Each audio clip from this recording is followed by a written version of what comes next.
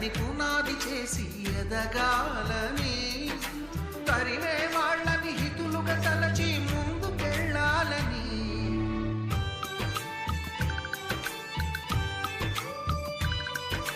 కన్నుల నీటిని కలల సాగుకై వాడుకోవాలని, కాచే నిప్పుని ప్రమిదగా మలచి కాంతి పంచాలని.